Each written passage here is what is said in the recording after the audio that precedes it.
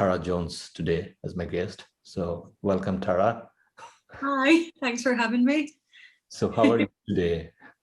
Yeah, good. It's my day off, which is always a good thing. Been working quite a lot recently. Yeah, we're good. How are you doing?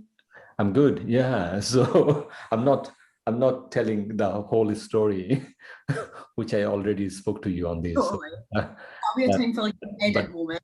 but the session is all about you, so I'll focus on you. Uh, so tell us about your bit of background, where you're born, raised, those kind of things. So my background's kind of like a bit scattered. So I was born in Gran Canaria, which is the Canary Islands, so just off the coast of Africa.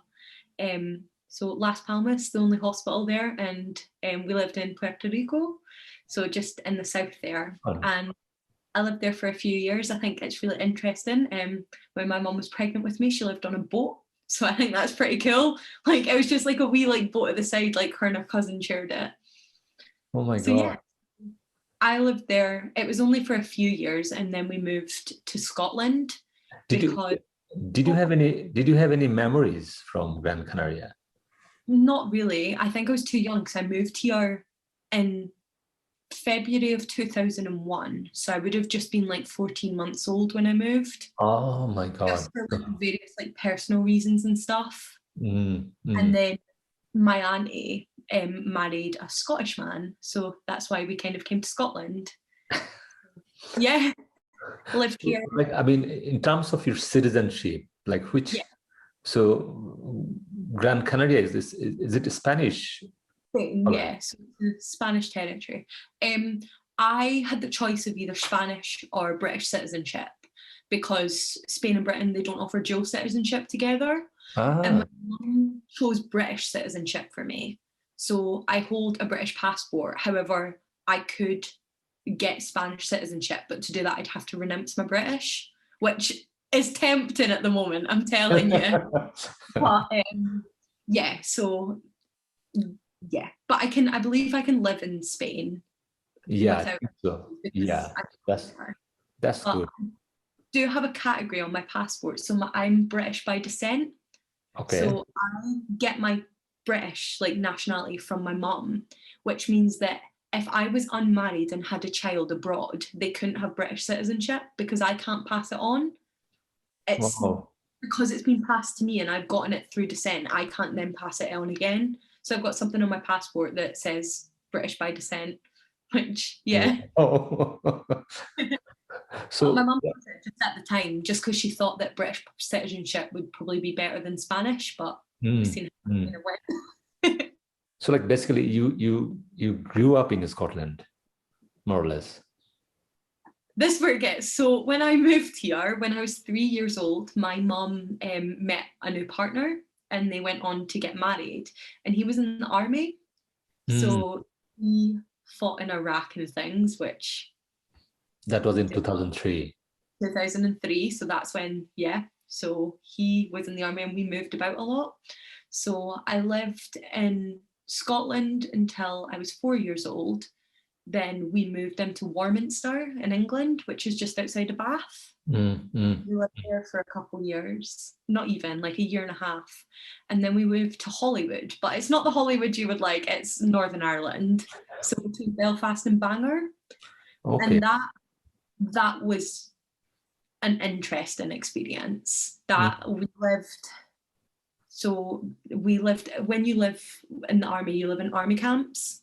And usually they're quite open and integrated, but in Northern Ireland we lived behind barbed wire. Wow. So you've got a small interruption. You're back. Yeah. So like we're talking about your parents moved to Hollywood, Northern Ireland. Yeah, in Northern Ireland. Okay. So I said, yeah, we lived behind barbed wire fences with like spikes and everything going around them so people couldn't climb over. And I went to 2 primary schools when I was there, and there was one that was quite local, and it was like where all like the patch brats, because that's what we're called patch brats, and that's where we all went. But I moved because my friends wanted to move, and I went to one that's further out. I feel like it was in Bangor. I think it was in Bangor. And that was just a completely different experience. So see, within the classroom, we were split, like, kind of, and like you'd have like the army kids sitting on one side and the Northern Irish kids sitting on the other. And it was just very difficult. Like, it felt very separate because, like, and it felt like, that's one thing my parents always spoke to me about. They were like, do not speak with the accent that you have. Like, try and learn a Northern Irish accent. And I think my parents were probably over exaggerating it, but because of what my stepdad, like, why we were based there and things, it was important to them. Like, we weren't allowed to get on certain coloured taxis or buses. And there were like bomb drills each morning in the squads. So like a lot of Northern Ireland students talk about how it was normal for them to have like bomb drills at school. And I'd experienced that and stuff. And yeah, it's very eye-opening. I didn't understand it at the time. Like, I don't want to relive it because it wasn't like my favourite place or anything, but I'd love to go back and just relive that, knowing what I know now about things and like having political knowledge, because at the time I had no clue what it meant. I didn't understand it. I didn't know what was going on. I just thought it was how people lived. And the one time that I realised that it wasn't quite right, well, obviously, like, not getting on certain coloured taxis, buses, like buses stopping for bomb scares, things like that, it was Halloween, and someone threw a firework over into the camp, and I hit my mum in the back. And thankfully it didn't explode. Like, I can't be thankful for anything more, but yeah, God. She got injured, and it was just, it was crazy, absolutely crazy. I mean, though you guys were living there after the peace. Yeah. So post 1997. Yeah. So it was not like as bad as like 1970s or nowhere near as bad, no. But it was still, I feel like there's still a lot of precautions. There's still like a lot of like, they still teach you how to deal with things. And being in an army camp, I think they took a lot of extra precautions. So there was an armed guards at the gate, at the front gate at every time, and you had to like speak to them to get through, and you had to be accompanied if you wanted to leave or enter. You had to be accompanied with someone from the military. Like, it was just, it was an intense like upbringing, being brought up as a patch brat. And I find it funny because I was listening to Samantha's podcast. Yeah. Samantha was talking about how people who move a lot, they're always either oil or in the army. And for me, it was the army. My stepdad and my mum separated shortly after, and we moved back to Scotland. So I came back to Scotland when I was maybe like 10 years old, 9, 10.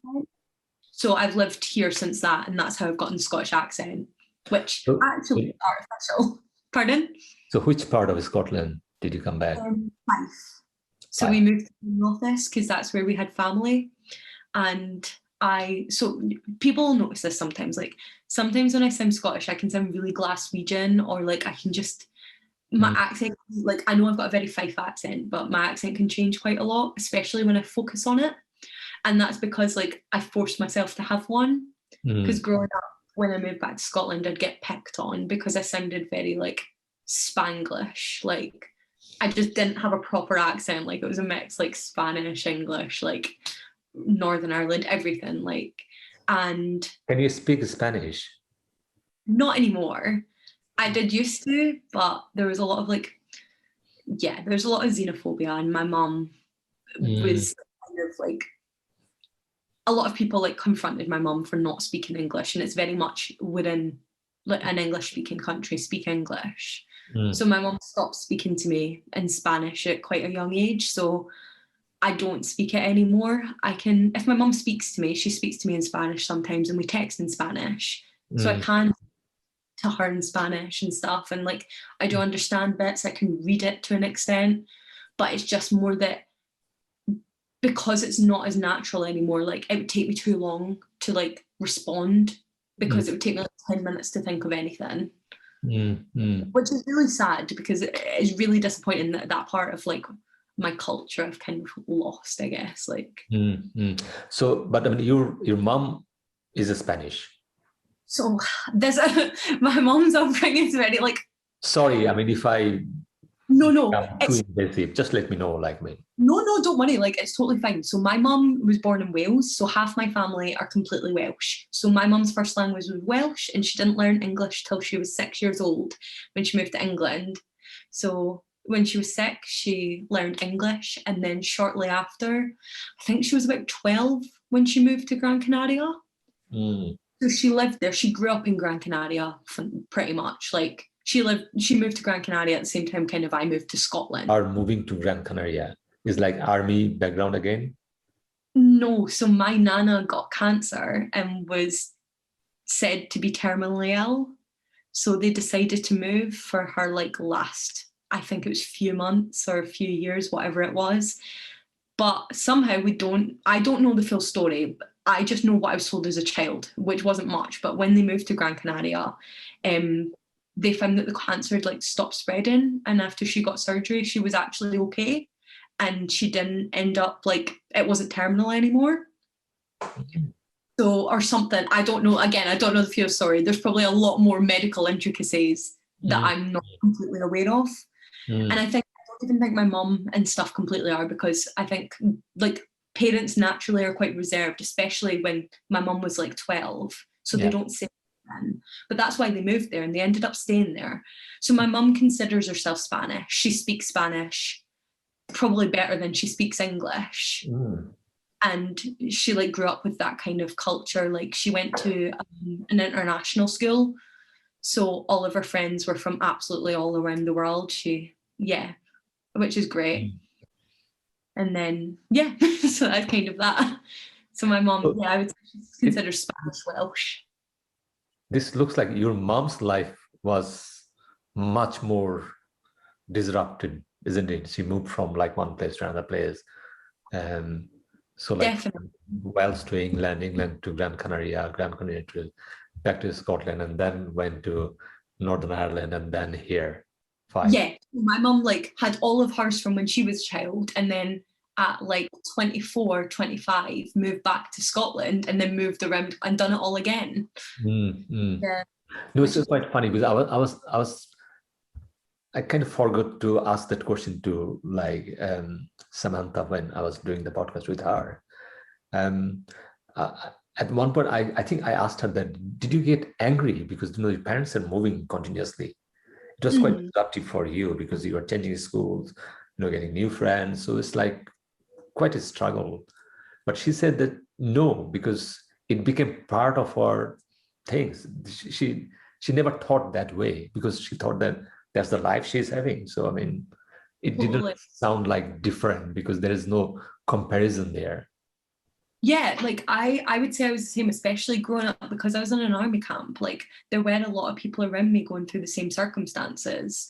And it wasn't something that I was angry about ever. Like it was something that was normal and I understood. It did get frustrating going from schools to schools and having to interview, like trying to figure out what grade and stuff I was in, where my learning was at. Like, because it did feel like starting again all over. Because, that was something like I struggled with, was just like trying to talk to people again and like speak. Because I listened to Samantha's and I think I'd agree with a lot of what she says. But I think one thing I'd like to add to that is probably that it's really tiring knowing that you have to make connections that aren't going to last and that you'll never see again. Like, I think that is quite a tiring thing. And I remember when I moved from Warminster to Northern Ireland, it ended up that we were like, he was getting changed. He was getting deployed early or something, my stepdad. So I had to leave school like a month earlier than planned. So I went in and kind of was like, oh, this is my last day to my teachers, and never told any of my friends. And my teachers were like, no, we'll see you tomorrow. And I remember driving away from school, like getting picked up and driving away and just looking at the school being like, I'm never going to see that again. Oh my God. But like, it's something you just get used to. Like, just get used to, yeah. And I was lucky that, so I left like army life. I was in it for like 5-6 years. So I was in it from when I was like 4 to when I was like 9, 10. So I left it before my like fundamental education started, before I sat all my exams and things. So I had quite a stable high school life. It was primary, I was quite distracted. I think I've been to like 11 schools in total. But high school I was quite settled. But yeah, it's difficult, like going from like moving about all the time to actually being settled and knowing, wow, like this is it, like this is where I'm gonna live. Yeah. Do you think like this kind of, background made you more understanding about the world around you? Because it looks like the way, like when I was talking to Samantha seemed like grown up a bit earlier than the other yearmates. Yeah, I actually, do you know what? I was so intrigued when Samantha was speaking. I did have to grow up really quickly, but I would say for different reasons. So where I would say I was different, Samantha, is I don't think I got a cultural awareness from it. Well, for one, I was moving around the UK mostly. Yeah. And for two, like my parents at the time, they weren't like politically or culturally aware or anything. Like still to this day, my mum doesn't really do politics. Like my family don't really do politics. They don't properly understand it. Like it's only recently my mum would have been able to tell you like who's in government and things. Yeah, okay.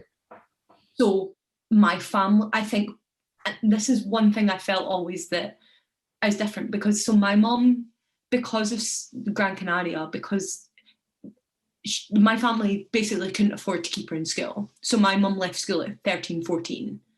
And that was hard. She didn't get to do exams. She didn't get to finish her education. So she lost out on a lot. She just went straight to working in like nightclubs and things and helping to support the family. So my mum's never gotten this interest in politics, whereas people who have parents who might be like university educated or like more interested in what's going on, that wasn't what I had. So I also, like, funnily enough, listening to Shivani, I remember her saying in her podcast that she didn't get politically aware until she was like 16, and she was like, that's really late to understand politics. But I related to that because I didn't understand it until I started studying for my exams, because it was nothing I'd ever been exposed to before. Like, believe it or not, like, what am I, 21 now? But even like 8 years ago, I probably couldn't have told you anything about politics growing up. Like, I wouldn't have known a lot about government or which different parties were. And I feel like I was lucky in so many aspects because I grew up quickly because I had to move a lot and I had to be adaptable and I had to be resilient. And I went through a lot as a child, I guess. But in other ways, like, I think because of the way I was brought up, like, I think I missed out on a lot of knowledge that I feel like a lot of kids grow up maybe aware of the world because their parents watch the news or something, just even simple things like that. Or like their parents read properly, but that wasn't something that was like common in my household. So a lot of the things I encountered in high school in terms of like learning about the world, and even at university, like that's my first time like being encountering with them. And it's my first time actually learning about these things. And it's funny because I've been someone who, like, not in a bad way or anything, but academically I've done, I would say, decent. Like, I've done well academically growing up, but I've always felt like I've lacked in a general knowledge about the world. And I feel like as an adult, I'm trying to play catch up and understand everything that I didn't learn growing up. If you get, does that make sense? Yeah. We spoke about, our problem with our OCDs. Perhaps your OCD brain is talking to you that you're not good enough, which I face all the time. So that's why I ended up with like reading so many things. So like, I studied all kinds of stuff just to make sure that, I know a bit, because I always feel that, I'm just not good enough. I'm just not good enough. 100%. Like, even before this, like, I know what you wanted to speak about my dissertation. But you can see, like in your case, obviously, there are like facts there in front of you. You are doing well. You ended up getting fast. You did really, really well. We are talking about, so you got A1 in your dissertation. So this is like amazing results. But at the same time, I think part of you also think that, I'm not that special, but you are really special. Well, thank you. Like, I remember even like preparing, because I know we were going to speak about my dissertation topic. I went through my dissertation again, and I was like to my partner, I don't know enough. Like, what if I can't answer questions? What if I don't know? And then I had to sit down and be like, I wrote this thing. Like, I know it. I wrote it. Like, I can You're do the it. expert, yeah. And it's, well, I wouldn't say an expert, but it No, is. It's a, you should be the expert. I mean, that's like when I was writing my PhD thesis, that was my, understanding about, perhaps I'm not good enough to explain everything about my thesis area. But my supervisor during that time, Nori McQueen, was saying, no, you are the expert. You wrote this, man. So no it's one really, knows more than you because no, this is your thing. it's so comforting to hear you say that, because honestly, and I'm not just saying this because you're here, but see, when I've been in lectures with you or any of the staff at our school, I'm just like, these people are so intelligent. Like, you could give you anything in the Middle East and you can just rattle it off and you know it.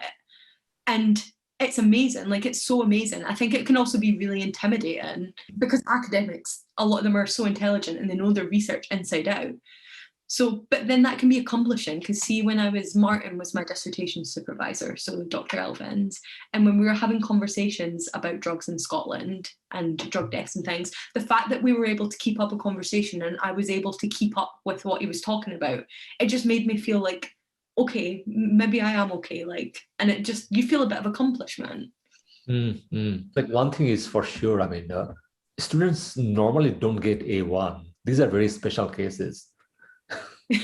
So especially in like dissertation, getting A1 is just amazing result. That's I'm really excited to know about your dissertation quite a bit. Mm-hmm. But just before that, just like one more thing, like so you went to school. Yeah, I went to high school in Fife, yeah. How much influence you get from that? Any particular teachers you thought that, oh, she or he was brilliant, and then suddenly opened up things for me? 100%. I mean, my modern studies teachers and my English teachers, absolutely. Like, I went to Community High School, which is a very, like, it's in a deprived area. And that opened my eyes, like, so much. Like, myself and my peers, like, a lot of them, like, there was a lot of deprivation. And that's one of the things that really made me interested in politics. And that's why I want to be a teacher and want to teach modern studies, because it was modern studies that made me realize everything. So I learned these new concepts in modern studies through the social issues, through democracy, and through international issues. Like, it taught me what was going on in the world, and it allowed me to understand what was going in the world everywhere, pretty much. Well, not everywhere, but within the UK and then internationally too, and like comparing that, contrasting it, looking at different inequalities. And that's something I found myself really passionate about. And then what brought me to politics is, for me, politics is the way that you can challenge those ideas. So like, I have strong opinions on social inequalities, but for me, politics is a way that you can actually take those opinions and like action them and try and actually make a difference. Because I think that's one thing that's just important to me. Like, yeah, that's why I want to be a teacher as well. Like, even things like the attainment gap, just helping students realize their potential, like hopefully inspiring them, and hopefully they can understand the world and have their own beliefs. Like, even if those beliefs are different to mine, that's totally okay. Like, just as long as they can find what like sparks their interest. And yeah, like my modern studies teachers were great for that. I mean, that's quite good because I can see a future teacher here. I mean, teachers are like, they are very specific species. I mean, so they think different way. We don't judge people. We don't judge like he's good or he's bad or she's good, she's bad. We kind of, I think it's a very like noble profession as well. The whole idea is you are making things, isn't it? Yeah, educating people. Or, because like someone made you, some teachers made you, and in those school days, someone, sparked that moment, which you become today. Exactly, because for me, like, education was a way to throw myself. Like, I grew up in quite like, we didn't have a lot growing up. There wasn't a lot, like there was a lot of financial difficulties. And for me, education was a way out of that. And It's funny speaking about that, actually, because this is going to be a kind of side tangent. But for me, if I was able to go to education and do well in high school and get to university, that would be it. And I'd be on my way out and I'd be able to use my privilege to help others. But it's funny, now that I'm graduating, I thought, like, genuinely, and this might have been naive, I thought by graduating, like, that is the poverty cycle broken because I've gone to higher education. And that's such a huge feat from someone who's the first in their family to. But now I'm looking at my postgraduates, I'm realizing how much, like, things would be easier if I had some kind of financial backing, like, behind me in terms of family. Like, I know straight out I couldn't afford to do a master's. Like, that isn't an option for me because there's absolutely no way I could be able to, like, finance myself through that. Like, you get $4,000 of living cost loans for your postgrad masters, and then you also have to pay your tuition. It's not an option. And even for me, where I'm looking at a PGDE, so I'm going to be going to Aberdeen to study that, and that's fully funded. The tuition fees are paid and my living costs are pretty much covered, but I'm going to have to travel and it was going to be commute to either Aberdeen or Glasgow. And that's stressing me out because it's like, it's so expensive. And I realised, like, there's 3 universities that offer your modern studies teaching PGDE, and that's Glasgow, Strathclyde and Aberdeen. And all of them are just so far away from here. There's not really a central Scotland option. And it makes you realise that it is still difficult. Like, I thought I'd broken out of that poverty cycle by just being able to get to university and by the fact that I've been able to work part-time and have a little bit of money behind me. But what I'm realising is that little bit of money that I've managed to get through working, it's not enough. And I will be okay. Like, I've worked it out, like, I'll work over summer and stuff, but it just shows that it's not as simple as just going to uni to be able to get through. Like, you still, like, the financial stuff still haunts you even when you're graduating. You think you're past it and you're not. And yeah, I'm just excited that once I've done that, I'll be quite privileged. My parents always told us that, the only thing we have is education, nothing else. Yeah. So I still remember that, just only thing we have is education. And that's exactly, and that's what I've always seen. Like, I just think education is just the key to life. I really honestly do. But I just find it funny because I thought once I'd got my degree, like, that would be it, I'd be set. And you're realising, well, no, it's not quite that easy. But that's okay. But then suppose you need to think, like, poverty in the UK isn't nearly, like, it's not always absolute poverty like you can see in other places. Like, we are still so fortunate that even in Scotland, that even if you're homeless, they still provide emergency accommodation and temporary accommodation. There are food banks and all these kind of things. I just wish that these services were expanded more here, everywhere. Like, I just think that your basic needs should be met. And I think the fact that they're not, is just not okay. And I wish there was more. Like, yeah. Because, especially for me, I always tell this, because coming to university is a gift. And I think this gift should be given to everyone. This should be universal. And then, did you see, like, how university made you today? And then how many students are becoming, a special people, a special human being? I'm close to the person I was when I walked into university. I came to university at 17 and I thought I was an adult and I thought I understood the world. And see, I've come out the complete opposite way because I have a far bigger understanding now from my 4 years, and thanks to all of you. But I appreciate that I don't understand the world completely. There's so much I've still to learn. And I understood that to an extent at 17, but now at 21, like, I still don't feel like a complete adult. Like, and it's just funny. Like, I just feel like I've grown so much as a person and I've changed so much in the best possible way. And, like, I've learned to properly think for myself and think critically. And that was something I thought I could do at 17, but I feel like that's something I feel like I know how to do a lot better now. And it's just something that I hope to pass on. Like, I just hope for that in 20 years time, like, maybe one of my students is sitting with you and having this podcast.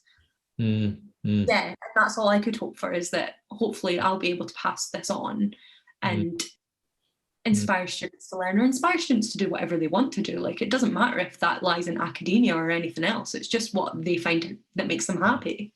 But yeah.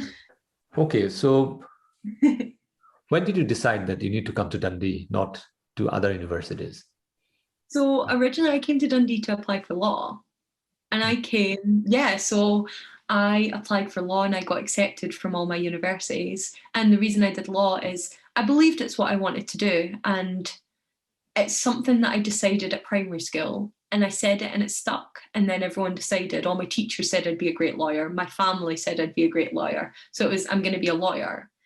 And teaching was always in the back of my mind, but it was something I was maybe too scared to like kind of confront the thought of, because I got into the I'm going to be a lawyer. And I sat down and I accepted my offer for Dundee Uni because I fell in love with the campus. I fell in love with when I came, even though it was for law, I just loved it. I loved the community aspect. And I accepted my offer and I said, I don't want to do this. So I started trying to change the politics in IR.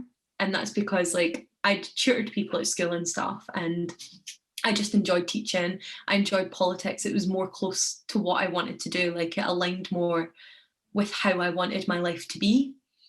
And one of the realizations came from I was interning at a law firm and they turned around to me and said, you have too much positivity to go into law because law will shatter you. And that was something that got me thinking. But yeah, so I'd emailed admin staff and things asking to change, and they told me that I had to come to matriculation and see if they could give me a spot, just turn up and see.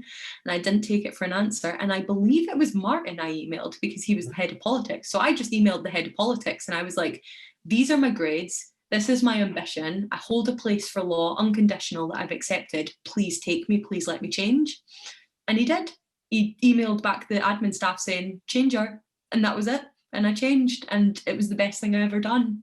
And I think it's great because it shows that it's never too late to change. Like I'd have accepted the offer, but it can be a scary thing, completely changing paths from what you know, but I'm so glad I've done it. But like by that time, when you were going for this decision, you were more or less certain that you want to be a teacher. I didn't realize it. I didn't make the realization until I hit accept on the offer. I accepted the offer and literally pretty much instantaneously knew that it wasn't right. It was like a gut feeling. And I wouldn't say I had an epiphany, but I think I just realized things. And I realized how I wanted my life to be, what I wanted to do in my life, and how that wasn't law. Because I'm sure I would have loved a law degree. Like I'd done open uni stuff while I was in high school. So like first year equivalent, like law credits. And I loved it and I loved studying it, and the idea excited me. And I think I could have enjoyed doing it, but it just wasn't where I seen myself in 10, 15 years time in the end. Yeah. Did someone influence you for making that choice, or it just came to you? It came to me, yeah. And then when I told my friends, it made sense to them.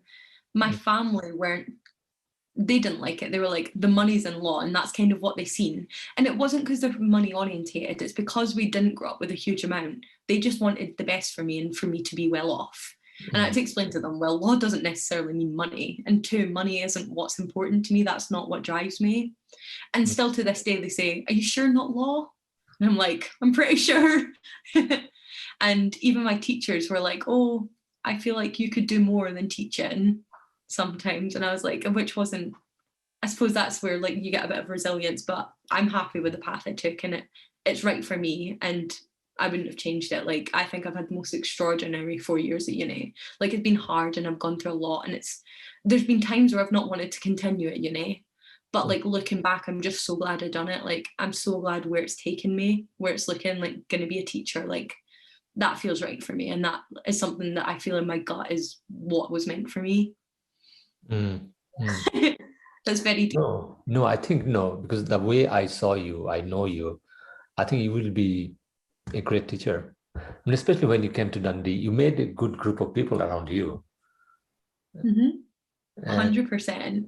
And I saw those teamwork and the amazing result you got through those teamwork. It looked like you were quite good in a team setting. It's just down to all of us. Like I feel like what you're referring to, I suppose, is our Middle East teamwork essay, like our group essay. And that was myself, Josh, and Iona. And we're just really close, and we've kind of just really gotten each other We became close in like third year of uni, like particularly. And we've just worked well together. Like we have similar interests, we're motivated in that sense. So I feel like the group project came together because we're all equally invested. And because like I feel like we have a natural gel together. Like we just, yeah, like there's like good vibes. So it worked. And I think that's really good. Like I feel like, and I've got friends beyond them, like our friend group at university, like they're all amazing and I love them to pieces. And they're some of the most inspiring, incredible people I've met. And I'm just so happy that we've come through the other end and we've all gotten there and we've all done amazingly. Like I'm so proud of us all. Podcast idea is good because you are keeping some memories behind you. Like, I feel like watching this back, like I feel like if this part you just put in the podcast was included, I feel like watching this back in 5 years would probably send me to tears. Because I love my friends, like they're amazing. I feel like we've all helped each other a lot and been there.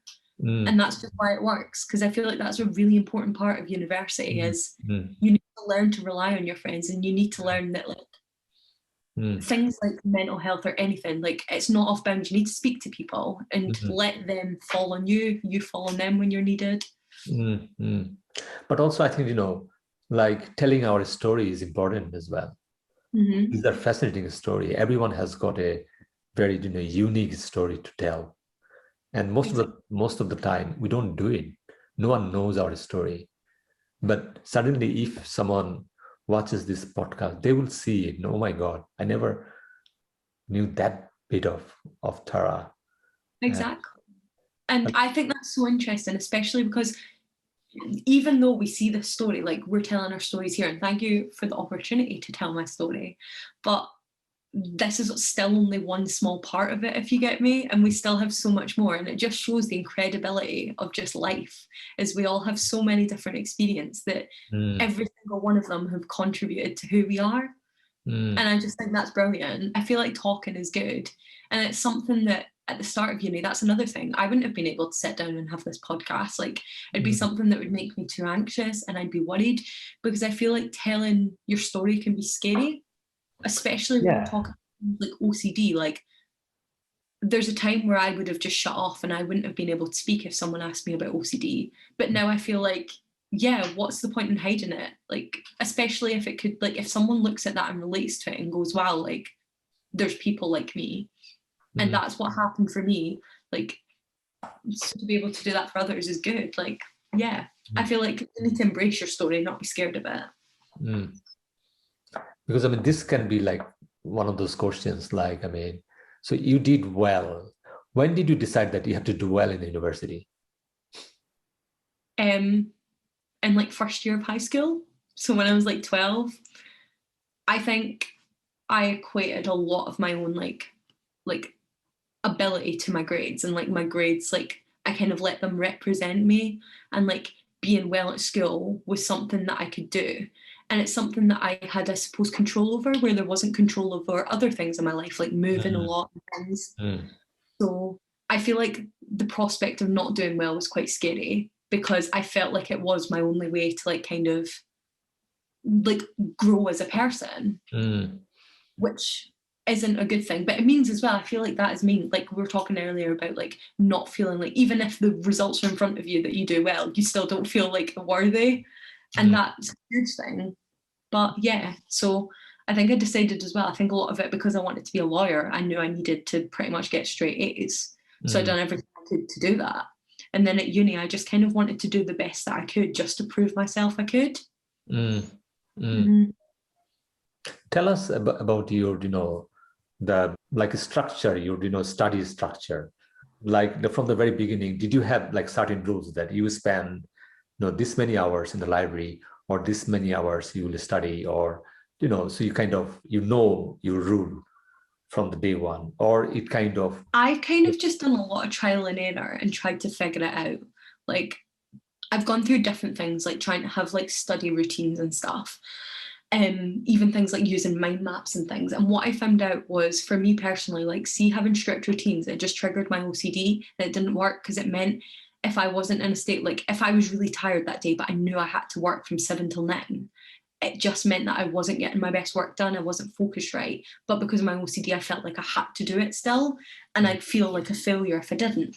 So I learned to just be a lot more relaxed about it and just give myself general deadlines instead. So like for essays at uni in third and fourth year, I was very different in first and second. But for third and fourth year, I would set myself general timelines that were, I learned at third year, they were very rigid, but as I got to fourth year, I was like, I can be flexible with these.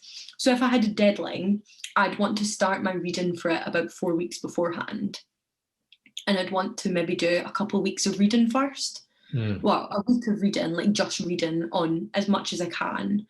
And then after that, I'd say I'd want a draft of the first piece, maybe like just about 2 weeks before the deadline. And then that last week, I would spend like editing the draft and making sure that it was how I liked it. And I'd submit my essay a week before the deadline. But as I got on, I realized that it can't work. So I still kept with the same like 4 weeks before a deadline, but it would just be that I'd spend however much time I needed reading, which would usually be at least a week because it takes ages. And then I would make sure that for 2 weeks I'd spend writing, getting drafts and stuff so that I have multiple drafts to work off of. And then I'd just finalise that and submit it like the day before. And I thought that was really good for me, is not being too rigid of yourself, because I think part of university, you need to realise sometimes it's okay that your brain's not working because it's a lot.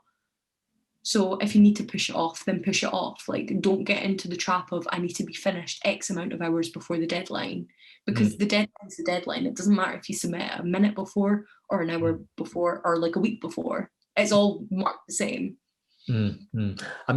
One thing I noticed, people like you, you guys were good in communication. You always came back to your teachers, professors, lecturers, to make sure that what you are writing is the right way to write that particular like project or essay. So you wanted to make sure you did those communication and you knew that, because it looks like you already knew that what's going to happen in your grade, because you did all those pre-training thing already. I think that's one thing. A lot of people are scared of communicating with their lecturers and their tutors. And I just think it's not the best way to be, because they think that their essays, their classes and their tutors are separate, but they're not. They're all one thing. And I don't think people realise how much like you guys actually want to help us and how much you will be there if we don't understand concepts, if we're not sure what to do. And people obviously shouldn't take the mick with that, but use the resources you have, like have the conversations about your essay, because especially when it's like things like third and fourth year, like when we were writing essays for the Middle East, like the Middle East is your speciality, like you enjoy the topic, you find the essay questions interesting, so it's never going to be a burden, I suppose, to talk about them, as long as you're not coming like the day before. If you're reasonable and come within a suitable time frame, like your lecturers, I've found, they'll go to the end of the earth to help you. And I think people need to use that. I think my biggest tip for anyone at uni is do your readings. And I know everyone says this. They always say, oh, do the readings, and then people give up.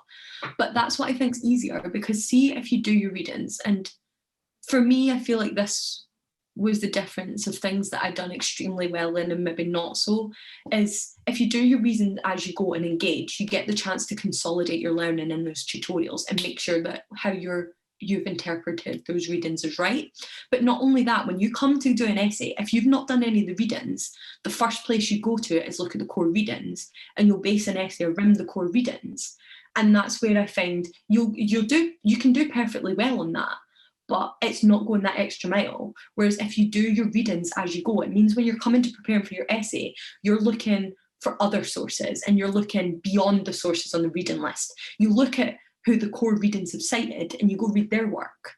And that's, for me, what I found was able to push me into like getting firsts in modules, and that was one thing I was commented on, is going beyond the reading list. And I think if you do your readings as you go, that's the way to do it.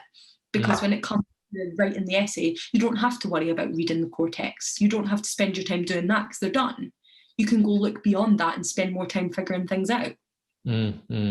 I think those are just basic trainings, isn't it? If you're good with those basic trainings, then it just like follows through. I mean, I mean, there's a like famous quote by, this like boxer Muhammad Ali. Yeah. He was saying that during the actual match, Mm-hmm. the result of the actual match was already decided. Do you know where? Where? In In your your head. in your training camp, Mm-hmm.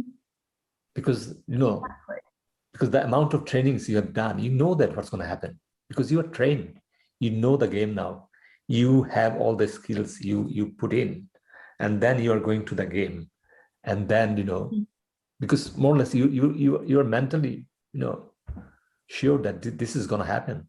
This is going to happen. I'm ready. I'm ready for this. And I don't even think for that it's on about like grades or anything. It's just like getting it done. Like for me, like I think one thing you need to take away is like worrying when you're writing an essay, oh, what mark's this going to get? You need to take that away, I think, and just be like, let's get something that I'm happy with. And what it gets is what it gets. But at the end of the day, I can say I'm happy and I worked hard and I'm proud of the work I've submitted. And I get like that sounds really bad because not every student will be in a place to do this. There's people who have different circumstances at uni and different like ways that they approach things. And that's totally fair. Like, I'm not saying this is a be all and end all and that you have to do it, but this is just work for me. And if that's not, and you're like, if that's not something you can do, like if you don't, I guess, have the time or whatever, the mental ability at the time, that's okay. But it's just, yeah, again, advice. Thing to say. I've just gone about and had an experience and tried to get the most of it, I would say. And I found what's worked for me, I think. And especially, we did lots of, exhibition, other things. And one thing I always saw that you were always there as well. So it's not only you were in the classroom or like in the like lecture theater, but you were also going to other events as well, where things are happening and you wanted to participate there. I think one of the sessions we did early in the morning where Diane was doing a talk in our exhibition. Did you remember that? Yeah. Do you remember that? I remember that. That was great. I remember you coming in late and you were like, sorry guys, I just woke up. That's the thing as well that I think people see their lecturers as like really big and scary like academics. And it's like, and people say to me like, oh, you're quite close to the lecturers, like, is that how you do well and stuff? And it's like, no, but also like not in the way that you think, but yes, because see, if you spend time in the lectures and actually engage with them, you learn how to think critically and you learn how they've gotten to the point they are in academia and how they understand material. And I think by just listening to people's stories and how they speak about the world and things, it just does a lot for you to understand. Like, I wouldn't say that I've done well because I've known or like developed relationships with my lecturers and things. I would say it's because I've listened to what they have to say and engaged with it so that I can learn from that. And I think that's so important is people tune off. And it's like, don't tune off, like tune in. Like uni isn't just like uni. People think your uni experience is partying, but you can also get an amazing uni experience like by a balance and also by going like to academic events. Like even when Dan done his presentation on Istria, like doing things like joining news at the picket line, all that kind of stuff is just, I think that's just as important. Not only education, it's other things. And also you were doing your own work as well, but also you were involved in other extracurricular, like, working for charity, perhaps, working for those societies in the university. So you can see, like, so there's a pattern there. You were more or less everywhere. Then I'm not gonna lie, because I was working with charities, doing voluntary work, working part-time. I was at uni, I was getting involved in events, I was president of a society, I was involved in other societies, and I think I just done far too much. Like I did, like I was doing like voluntary placements as well, like trying to get school experience. And I don't even know how I fit it all. Why did you do those things? Did you have a plan for this, or did you just think that, oh, you just enjoy those doing it? I enjoy doing a lot of things. I don't feel good if I'm not busy. Like I feel like I need to be busy. Like, and I like doing a lot of things. Like I like knowing that I can help in certain ways. And it gets to the point where you just undertake a lot and I just run with it. Like I don't know how I had the time. I really don't know. Like I couldn't tell you.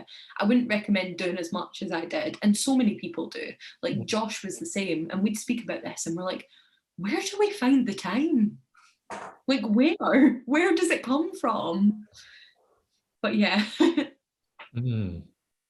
What's important is like about model journeys is like what works well for me isn't going to work well for someone else. And I think everyone has their own unique, that's what we were saying before about everyone has their own unique story. Mm. Everyone has their own unique experience that will work for them and will Mm. get them to the place that they want to do. And I Mm. think that's important that, like, again, going back to comparing yourself to others, like Mm. equally, don't compare yourself to others and how much you're doing outside of uni, because that where you are, I feel like, is exactly where you're meant to be at all times. And I Mm. think however long it takes you to get to your destination, that's okay. One podcast I did with like Nandini from history, and her advice to the students are be brave. So I mean that kind of stayed with my brain a couple of days, like be brave.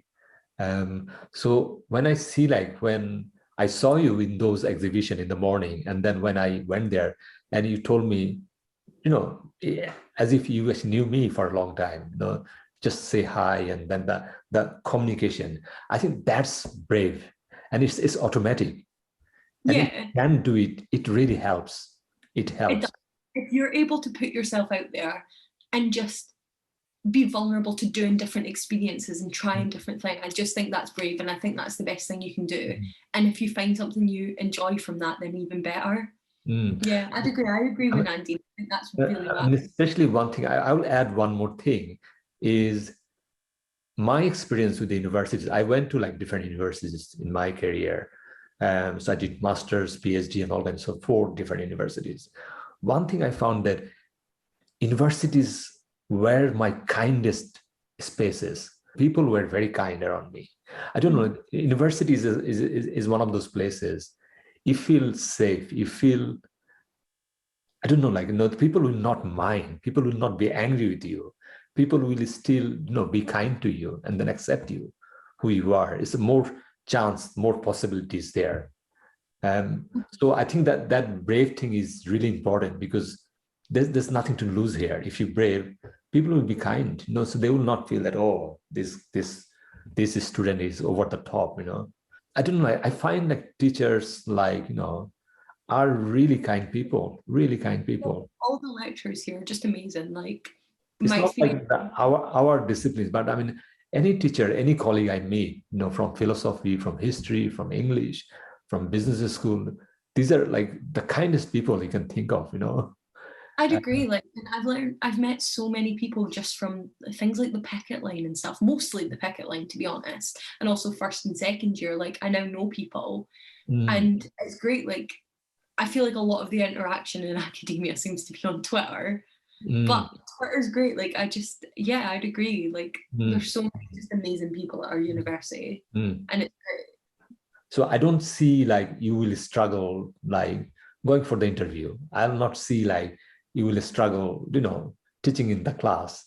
I can see like you will just like, fly. You will just know. So I don't think it's going to be that easy, but if it was, hey, I'd take it. Because you were brave there. So that means, no, this will continue, this will sustain forever. I hope so. I feel like that's one thing, like people feel like, especially at university, they need to hide in the background. And it's like, don't, like, be there and be yourself and Mm, just be who you are. And I do agree with that. You will find some kind of acceptance, hopefully. mm, mm. So now I will come to your most important point, which is You're your right. dissertation. So tell us Yeah, the title of your dissertation. What's the title? that's a good question. So it's a lot. So Scotland's drug crisis, could Portugal's approach offer a solution? Was the Mhm, title of my mhm, dissertation. mm. Why did you choose this subject area? From where it came? It, do you know what? I was actually speaking to my friend Raza, who's a law student, and through debating, I don't know, I was president of the debating society and I got involved in debates. And one thing that always really got me, like, the one thing that always, like, I was really interested in was looking at the penalties that drug users face, and how there was something that didn't sit right with me about how people who have genuine addictions that have come about through deprivation, through trauma, through whatever life experience they've had, are criminally penalised for what they've seen as an escape. And that just didn't sit right with me. And that's something I found myself getting really passionate about. Whenever that conversation came up, that's something I was passionate about. And I sat down when I was having coffee with my friend Raza, and we'd done a debate on a similar topic. It was on the legalization of drugs. And I said to him, I was in second or third year, and I said, I'm going to write my dissertation on that. He was like, do it. And I decided I was, and I'd done a bit more research into it. And I became really interested in the idea of like drug consumption rooms and things, and how that was attempted to be piloted in Glasgow. And I decided that's what I was going to do my dissertation on. So when I was in third year, I approached Scott about it because Martin was the obvious choice. However, Martin wasn't. He was on leave at the time, so I wasn't sure. And I was like to Scott, look, this is what I'm thinking. I have a lot thought out. Would you be happy to supervise me in the instance that Scott doesn't come that Martin doesn't come back? And he was like, we'll see what happens, but that kind of sounds good in principle, but we're hoping Martin would be back. And then Martin came back and we spoke about our dissertation topic, and he managed to pinpoint exactly what it was that I was interested in, which is about Scotland's drug crisis and like solutions to that. And he was like, let's take it into more of a dissertation and make it set you up for the best chance you have, and we'll look at a comparative study, which I'd always wanted to do but never necessarily with Portugal. So he was like, we should look at Portugal as a case study in comparison.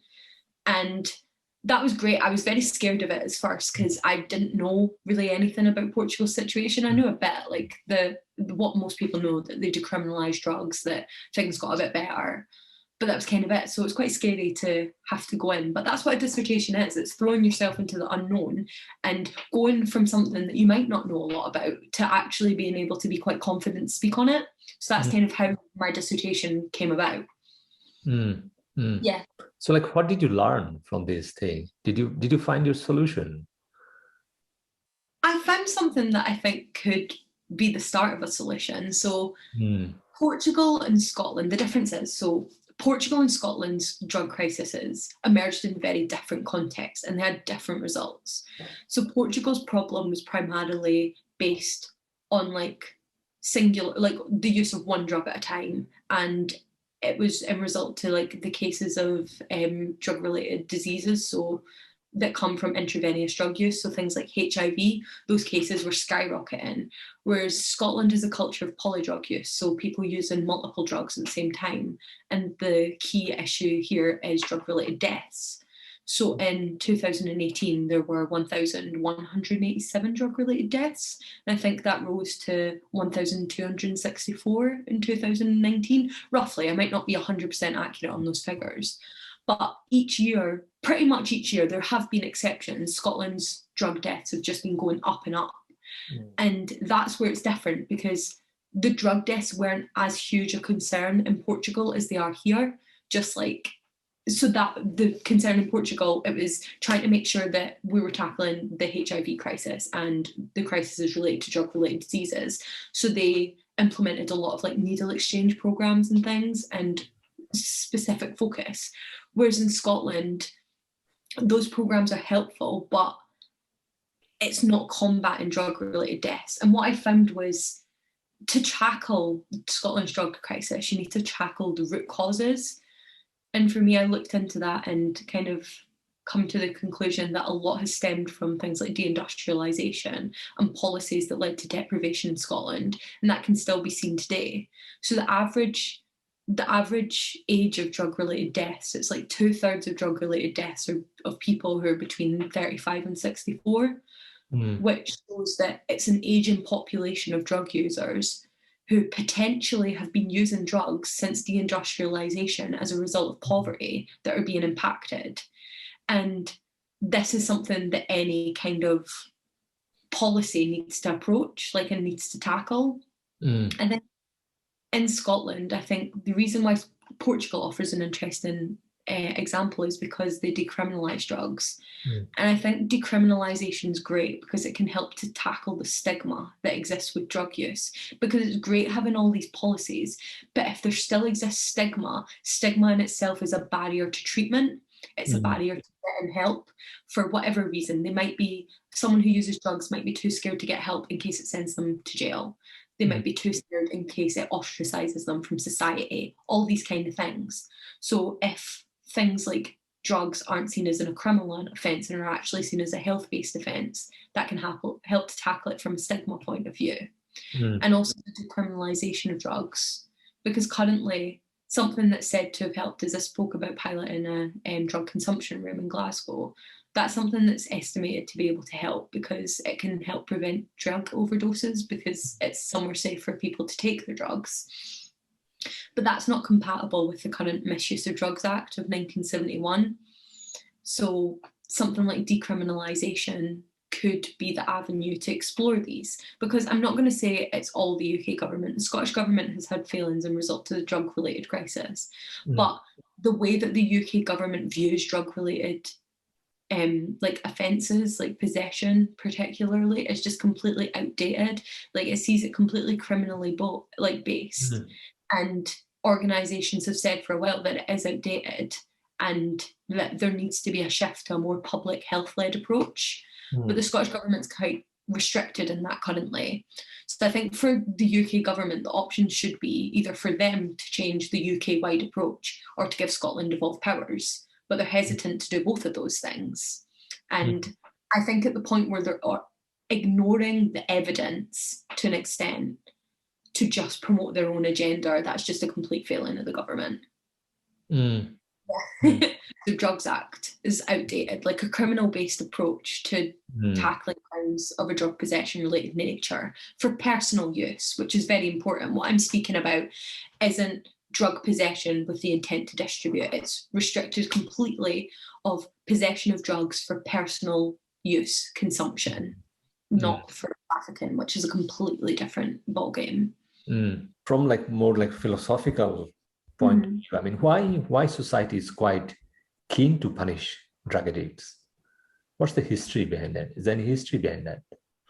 I've not looked a huge amount into that, but I think a lot of the history is like creating this facade of safety and creating like going into the point that people who use drugs are dangerous and that people who use drugs are like, I mean, in Scotland, and I refer to this in my dissertation, like people who use drugs are often referred to as junkies. They're seen as second-class citizens, and it's an easy target. It's easy to say, oh, they're just bad people, and they choose to do that. It's a choice rather than actually deal with the root problems that are causing them, that are causing drug use. I feel like people who use drugs are targeted and misrepresented unfairly because it just takes looking into like drug statistics, like something ridiculous. The vast majority of drug-related crime in the country comes from possession, and which, do you know what, it makes me laugh almost, because it's like if the UK government's aim is to reduce crime, if they made possession, if they stopped possession being a crime, a criminal offence, there's a huge drop in figures already. Like, to me, that would make sense. It's not only helping them from a crime perspective, but it's also treating people as humans and allowing them to get the help they need. Because what does criminally punishing someone who's in a bad situation going to do? Because these people, often people who use drugs, are doing it because of things like deprivation and inequality. And by punishing that further, you're not helping them. It's not encouraging to move out of that way, which is why a lot of it is like covert. I think part of the like problem with the drugs are, I think the drugs are like mind-altering substance, isn't it? So basically, people, whatever they are doing, they're not in control. No. And then whatever crime you are doing, you are, because your consciousness is not there. So you are doing it because your brain has, altered its mechanism, and then it's behaving a certain way. Definitely. Brain is not saying that this is crime. Brain is just saying that you need drugs. Yeah, and it's people, at the end of the day, this is what some people are doing to try and survive the circumstances, the dire circumstances that they're faced with. And the problem that we're seeing now in Scotland, and why things like drug-related deaths are like exponentially rising, is because we're now at 4 decades of drug use, like I was saying before, and people who who are involved like in these 4 decades of drug use, they're now like experiencing what's called like multiple comorbidities, so multiple health conditions at the same time, and they're aging prematurely. They're catching up with them. And by giving someone a fine, well, for one, giving someone a fine to someone who is already financially unstable, potentially, that's not helping the situation. The only thing that's going to help the situation is to get people into treatment that they want to do. And this is where I think Portugal is actually really important, because Portugal, so decriminalisation basically within that, it's not that it's legal. So legalisation and decriminalisation are often seen as the same, but they're not. Legalisation means it's legal, whereas decriminalisation is the removal of specifically criminal penalties. So Portugal instead has administrative penalties, and they're done through things called dissuasion committees. Now, dissuasion committees are made up of 3 people, and there's one that's usually like a law representative, I believe. I could be so getting this wrong now. And then like a social and health and care worker and the others, so medical professionals. And these people these people look at the drug use, and they like, if you're caught in a possession of an offence that's deemed for personal use, you're sent to a dissuasion committee potentially. And what they're trying to do is they don't force you into treatment. They don't force you into things. What they try and do is open your eyes to treatment and try and encourage it, which I think is really important, because it feels like that's not what we're seeing at the moment. Like treatment isn't seen as an option for people because of the existing stigma and things. Am I right to say that because this kind of intervention, what like Portugal is doing, you need resources for that, you need money, you need extra budget for that? And that is a huge concern, because there's been problems even within Scotland. Like the Scottish government had issues with not keeping up funding for drug prevention services. So this is the problem, that for one, I don't think decriminalisation alone can fix any drug crisis. So what happened in Portugal, it wasn't the result of decriminalisation. It's decriminalisation combined with harm reduction methods. And harm reduction methods are things like strategies to try and reduce the drug-related harms that people who use drugs face. So harm reduction accepts that people will use drugs regardless of the penalties that they'll face, but it looks to try and see how you can mitigate or lessen the risks that come with that. So that's where things like drug consumption room, opioid substitution therapy, needle and syringe exchange programs, they all come in. That's where that comes in. So like basically there's a structure there, like group of people are involved there. Yeah, and without funding, none of that is possible unless you're going to adequately fund programs, and not just adequately, but give enough funding, then these things don't work. It's not the case that there's any one answer to the drug crisis in Scotland. It's the case that there needs to be a faceted approach to try and tackle it. We need, in my view, a combination of decriminalisation, a lot of funding, an understanding of the root causes of the drug crisis, and harm reduction methods. And I think this can all contribute to reducing the stigma around drugs, because it's not going to happen overnight, but it's something that can be worked towards. And as long as drugs are considered a criminal offence, I think it's going to be very difficult for Scotland to overcome its drug crisis. I think this is one thing that always comes back, is that education is the root. Education is the key. Like, I think it just can't be understated how important education is, especially in these certain circumstances. And Portugal, what I like when they done it, so their national strategy for the fight against drugs, that was something that was created when they were looking to decriminalise, and it identified different areas where you need help. And there's one that's like participation, and that's community involvement. And what the NSFAD highlighted was that community involvement is important in tackling any kind of drugs crisis. And that can be from the perspective of stigma, social isolation, just making sure that people who use drugs feel like a valued member of society and not like they're dehumanized and completely worthless, which I think sometimes that's how the media especially can portray them.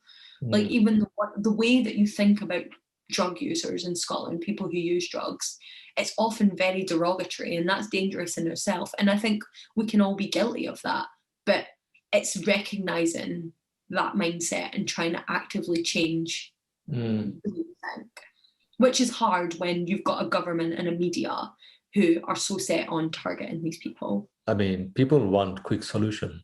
There's no quick solution for this. No, not a quick solution. And any solution for the Scottish government or for the Scottish drug crisis in general is going to have to take a lot of responsibility, and it's going to have to look back and understand the root causes and think about tackling those, because it's something that I, maybe naively when I was researching my dissertation, it never all clicked with me, because I obviously knew that people use drugs often in response to poverty, but what I didn't click with is that the drug crisis in Scotland can kind of be linked to deindustrialisation, when there was mass economic changes that resulted in a lot of people living in poverty. And that's why cities like Dundee and Glasgow are so disproportionately affected by drugs.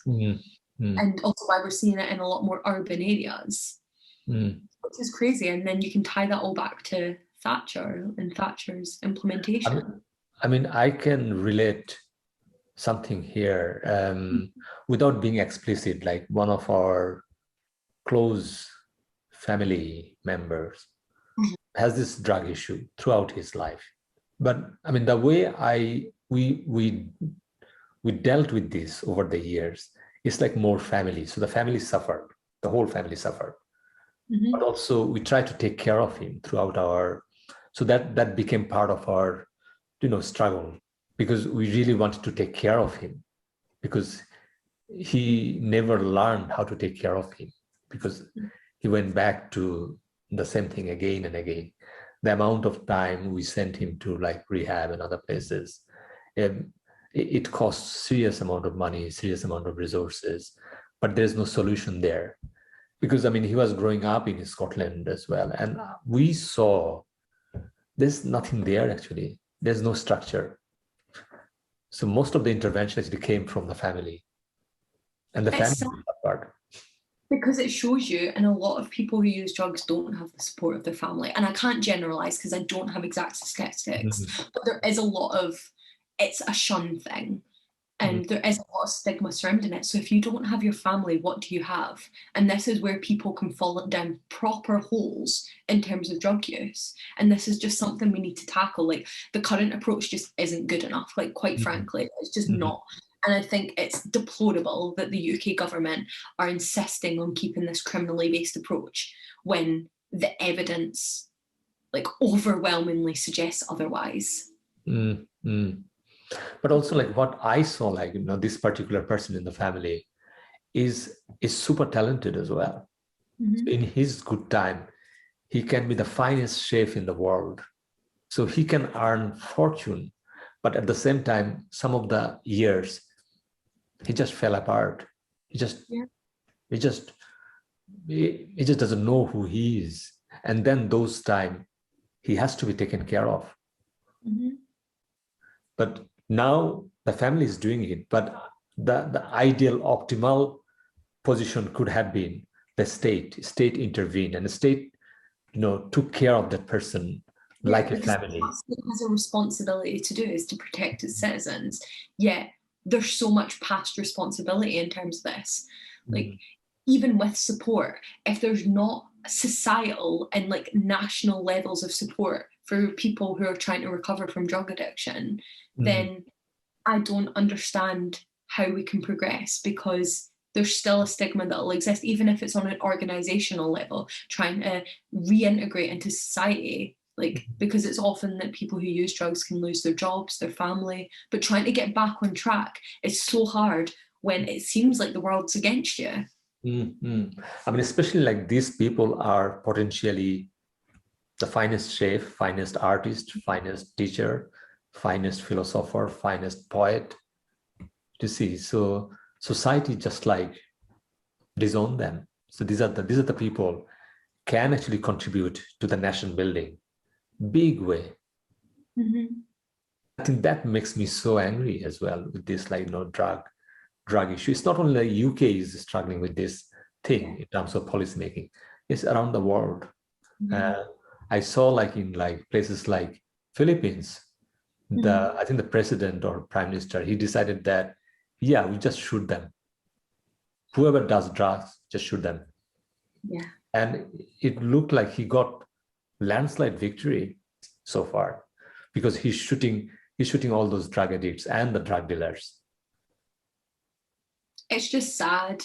It really is. Like, but also he's taking advantage of that, support from the public. He's actually shooting also his opposition party members as well. It says a lot, doesn't it? It's just difficult. Sometimes I think I love studying politics, like I love it, but I also think it's really difficult because it's hard to study politics and not have a bleak outlook of the world and completely lose hope. So if we decide, the people, the mass, decide that we have to fix this thing, we have to have proper public policy on this. It's not like there are no research done. There are research around the world. There are like, good examples, like, in your case, you picked up this like Portugal's example. But no, I completely agree with you. And I think it's important to say that Portugal isn't perfect. Portugal does still have problems and related to drugs. However, they've significantly decreased the harms that are there. And that's what's important. Like, and this is where I think, like, going back to the NSFAD, the aspect that they included in their drug approach, the need for participation, is so important because you need change. If you're going to have change at a governmental and policy level, you need that change to be passed through society as well. Like, they're not isolated. Like, the state works in one big way. Like, society is equally as part of that as policy. And maybe, I don't know, maybe it's going to get to the point where society has to be the ones to say, no, you need to make this change. But then I doubt that because of all the reinforced stereotypes that we get fed through the media. Because that's like more philosophical spin here. So like we are blaming the government, but at the same time, society, it's like society has to decide what they want. But then I guess when you look at the way that England and things are voting, I guess society's decided because it feels like society doesn't care in certain ways. Not to say that there aren't individuals who are very passionate and want to make a difference, but when you do your this kind of research, like long paper, long project, you have to go through lots of data as well. Yeah. How easy or how efficient the data are in terms of this kind of effects? Specifically in drugs, I mean, the one thing that I reinforced in my dissertation is that all the figures I talk about are just estimates. Like, we can't know the true figures in terms of drug use. Like, it's very difficult because it is covert. Like, it's just relying on estimates. And that can make things really difficult. But also looking at the data, like there can be, I mean, the EMCDDA, I'm trying to think, European Monitoring Centre for Drugs and Drug Addiction, they're pretty good in Europe and at making things like trying to more standardised definitions and things. They report a lot of drug data. But before that, there's so many varying definitions of things that obviously impacts too, because if you're trying to compare drug-related deaths, you need to look at, well, what are they considering to be drug-related deaths in this country and this country? And I looked at the rates of drug use in Scotland compared to the rest of the UK. And it wasn't so much drug use that I was interested in, it was more problem drug use. So drug use which is more repetitive and frequent and associated with like risk behaviour and drug-related harms. And one thing that I found was when I was looking into English and Welsh statistics,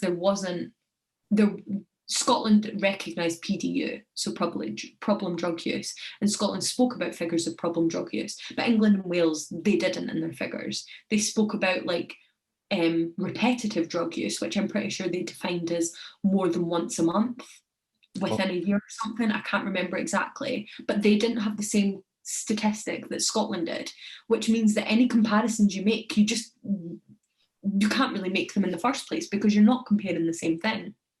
But I mean, especially with this kind of study, data is absolutely important here. You need efficient data so that you can quantify the actual problem, and then you can have the resources. Exactly. So perhaps they don't do it because they don't want to, Yeah, because if you have the data, then you have to act. mm-hmm. So if you don't have the data, then you can actually get away with that. I mean, this is a good example.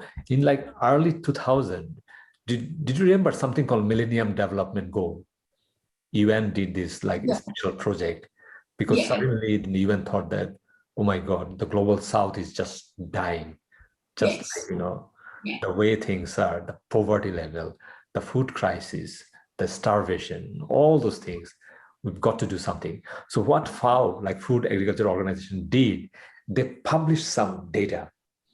And one of the data they did is, I might be a bit wrong with the numbers, like between 1990 and 2000, early 2000, the figure is around 390 million people actually died from extreme hunger.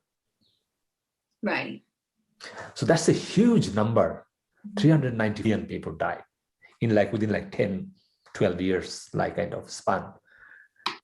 So when they published it, the global north gone just mad.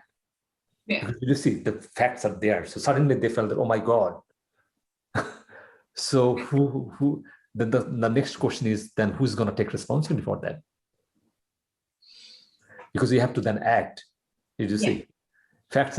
So the global north is pushing forward. No, can you just take your side down, because we don't want to see those numbers. No, because I'm feeling bad, that kind of thing, because when you have that data, then the public policy can be changed, because then public says, oh, that's not right. I mean, we've got to do something about that.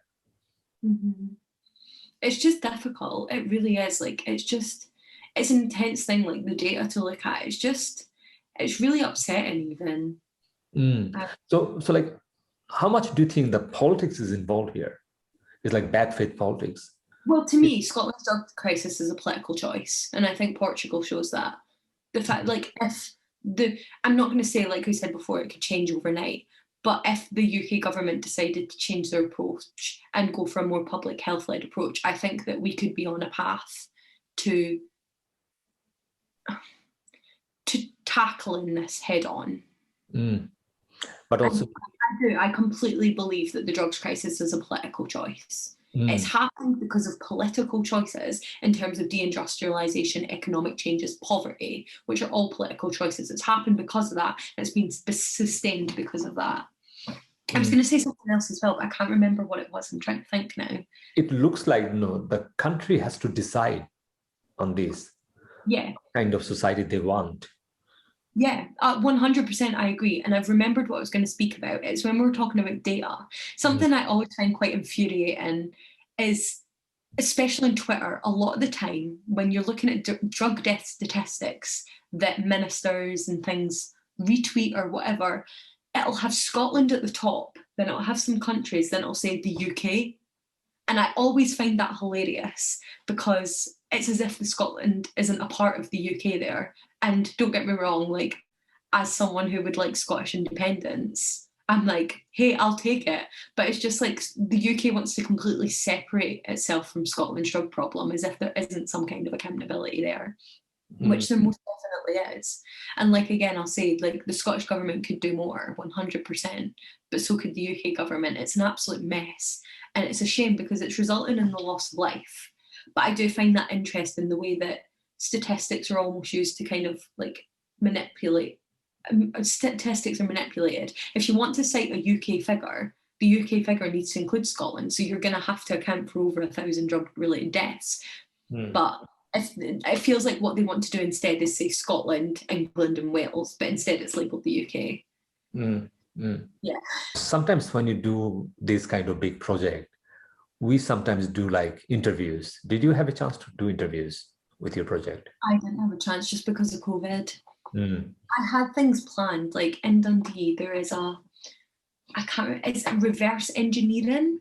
I believe it's at Nine Wells Hospital. There's someone who does it. And it's a scientist who takes drugs and looks at the chemical composition or something, I'm not very sciencey, and basically sees if they're what they should be or if they include things like glass and stuff, like, because drugs can often be cut with substances. So I do believe there's something like that, which is something I would have loved to interview about. I would have loved to interview maybe like people, ministers who've been involved in looking at Scotland's drugs crisis, especially the ones who are on the Scottish Affairs Committee, who wrote the Problem Drug Use 2019 report, things like that. It would have been amazing, but just I don't think COVID gave the opportunity. And I think my research was kind of, it didn't necessarily need it, especially in terms of like the Scottish Affairs Committee, because the information was already published. Who knows, maybe if I take that on in future, it's something I could look at. In terms of the future of this particular project, will you do more on this? Will you do, like some people get, active, start some kind of blog or start some kind of, social media platform, and then try to gather more data and then make it more, some kind of like much more bigger dream here. And then, you can be the forerunner to tackle Scotland's drug crisis. I don't think I ever will. There's so many organisations and even individual people who are doing so well on that front. Like Peter Criken, I don't know how to pronounce his last name, but Peter Criken is the person who runs a drug consumption van, let's say in Glasgow. I don't know if you've heard of them. No. They just go around in their van and try and help with drug overdoses. And they actually ran for MSP, I believe. I think Glasgow, maybe. But they have done a lot of great work in it. I would love to continue in terms of, I'm going to keep researching, and I think I'm going to look into volunteering with some kind of drugs-related charity. I know someone who works for one through my work, so maybe speak to them about some kind of like interning or something, because it's something that I have become extremely passionate about and remain to. So I want to see there should be change. I don't want to just have done this dissertation and for nothing to come of it. I would love it. I would love to just email this dissertation to Boris Johnson and say, do something. Do it. Do it. I mean, yeah, maybe I should. And like CC to like First Minister. It would be nice to think that something I could do could make a difference, even if it was in a small way. So like my advice will be, just keep these things like as a kind of work in progress. I mean, you never know. So we are almost like wrapping up things, like a couple of things here. It looks like in the short run, you are becoming a teacher and you will be working somewhere in 5. That's your plan. Hopefully. Do you make that some kind of like the timeline there, like next 10 years, I'll be just teacher. I'll just focus on just teacher. I'll not think anything else. I think for me, my calling, I feel like, is to be a teacher. Like that is what I want to do with my life. And I'm so excited at starting uni and my journey to actually becoming a teacher, even though it feels like my whole uni journey and school journey has been towards becoming a teacher. But I just want to make sure like that even throughout that I'm keeping up to date, because I'm passionate about things like social inequalities and human rights, just making sure that I keep up to date with that, keep reading. Like I don't want to lose the academic side of anything and get lost completely in teaching. Not lost in teaching, that's totally the wrong word. I'm excited to be a teacher and be able to hopefully see my students grow in things. And that's what I want to do for now. I think it's crazy because for me, that has been my goal, and to finally be so close to it just feels amazing. But I definitely want to keep in touch with like an academia side while teaching, and just keep myself informed about the world, because I enjoy it. I like being able to have these conversations and hopefully make a difference even then, like within that, maybe do voluntary work on the side, although I doubt I'll have time for that. But there's summers and things. But also like people like you, when you come to that kind of profession, you can change the profession as well. The way things are, the way things are right now, teachers overwork, all those things. So people like you make a position that, we need to change this structure. This structure is not. And I want to make a difference within teaching. Within teaching, I want to have goals of helping to close the attainment gap, of making education more accessible. And I think through the pandemic, one thing, online learning isn't great, but one thing I think it's highlighted is how it can be used for the inclusion of students specifically with disabilities. Like, I want to make a difference within education so that it's as inclusive and as inclusive as possible for everyone, so that there is social justice within education and so that we can all make a difference. And I want to see where that takes me, for sure. Like, I don't have a rigid plan anymore. I think my plan's very open, and I would only be a teacher so long as I felt that I was motivated by the students, because I don't think you should be a teacher for the money or for the holidays or for the work, because if you're doing it, you're in the wrong reasons, and you're going to get a shock when you find out that you're not actually getting as much time off as you think. But if my heart ever changed and I decided teaching wasn't for me, I wouldn't do it, because I think that you should only be in teaching if you want to be in teaching for the absolute right reasons and for the best of the students. I think if the students aren't at the heart of everything you're doing, then you're not doing it right. Well, maybe that's a bit far probably, but for me, it's not right if the students aren't at the heart of everything. One last question, so that you can remember this podcast, that can you visualize like what will be your first day in the school, the very first day in the school? You are in front of your 30 students in front of you. I think, honestly, I feel like there'll probably be a lot of tears beforehand, but I think what it's going to have to be, do you know what? This is probably the thing. What will be your first sentence you will tell? The word brave, and I feel like that will probably go through my head. I think the first moment I have in front of my classroom, I think, is going to have a lot of emotion. And me and Josh were speaking about how it's not hit us that we've graduated university and we've actually done it. And I don't think it's going to hit me until the moment that I'm a qualified teacher in front of my classroom for the first time. I think, do you know one of those split seconds where before you die, they say you remember your life? I think before the bell goes, I'm going to be able to actually sit and think of everything that I've accomplished to be able to get where I am. And I think that's going to be the moment. And I think it's just going to be overwhelming happiness and like accomplishment. Yeah. Very I think good. that that no one is throws a chair or a table at me or something. I think I definitely ask you this final question is, what will be your advice for the future students who are coming to university? Just be yourself and don't compare yourself to others. Find out what works for you and try different things and try things and succeed at them, and don't succeed at them and figure out that things are for you and they're not for you, but just don't be scared of where your life takes you. Like, I just think that whatever path you end on, you'll end on it for a reason, and what is meant to be for you will happen. You just need to believe. Yeah. My God, thank you so much, Tara.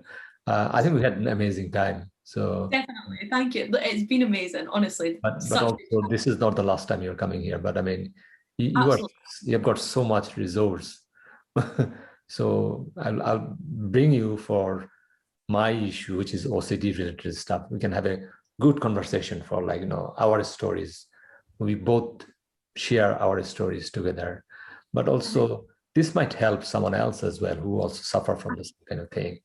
And will be good, like more understanding about the things we suffer. But in terms of today's podcast, I think the things I wanted to, because it's not scripted, I did not think about much about what should you do.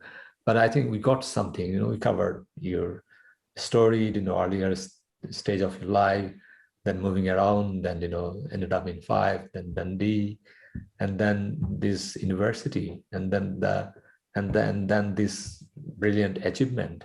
Now you're becoming a teacher. So it's a kind of, we try to tell the whole story of Tara Jones in a 1 hour.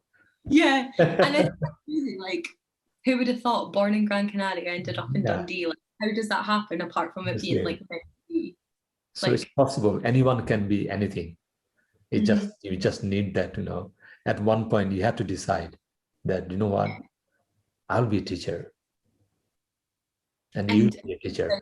No matter who you are, it can happen. But yeah. No, it's been lovely speaking to you. Thank you, Tara. Thank you so much. We'll catch up soon, I'm sure. Okay. You enjoy the rest of the day. You too. Thank you. Okay. We'll speak soon. It's been lovely. Bye. Bye.